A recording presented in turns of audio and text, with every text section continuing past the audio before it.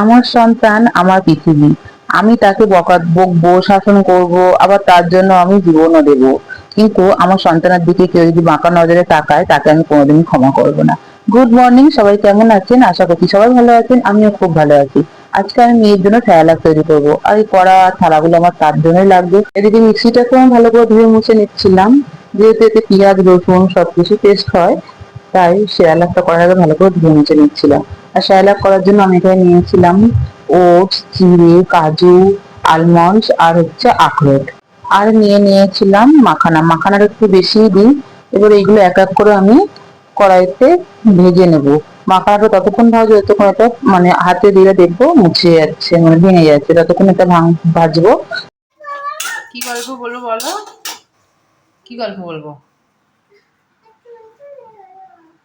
বলবো, একটা টুনটুনি ছিল। টুনটুনি পাখিটা তিনটে বেবি ছিল, জানো তো, তিনটে ছোট্ট ছোট্ট ছানা ছিল। এবারে একটা হুলো বিড়াল ছিল।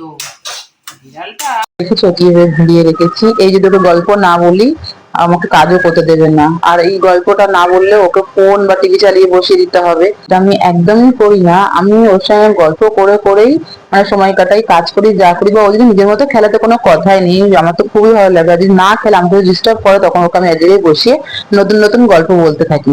আর ওকে গল্প বলার জন্য আমি ইউটিউব দেখে গল্প শিখি। মানে ও যখন ঘুমায় তখন আমি ইউটিউবে গল্প শিখি। কত গল্প বলবো, কত গল্প মুখস্থ করা যায়, মানে ছোটবেলায় কত গল্প মানুষের মনে থাকতে পারে।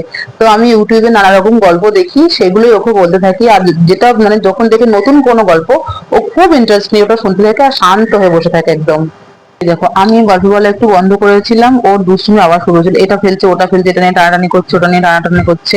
আবার আমি যেই ওকে গল্প বলা শুরু করবো, দেখো কেমন আবার শান্ত হয়ে বসে যাবে।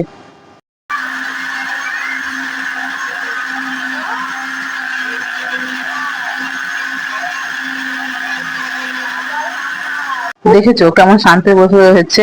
মানে হয়তো মিক্সারের আওয়াজে তোমরা শুনতে পাওনি গল্পটা, কিন্তু ওকে আমি সমানে গল্প বলে যাচ্ছিলাম। ওকে গল্প, এখন আমি ওকে সমানে গল্প বলে যাচ্ছি। গল্প না বললেও ও ভীষণ দুষ্টুমি করবে।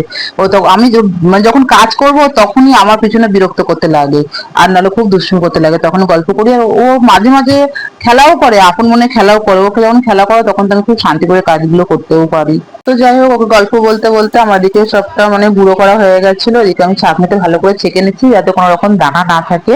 এগুলো ছেঁকে নিয়ে তারপরে আমি একটা কোটোয় করে রেখে দেবো। হ্যালো, টাটা, আজকে এই পর্যন্ত। দেখা হচ্ছে পরে আরো একটু ভিডিওতে। সবাই ভালো থাকবে। রাধে রাধে।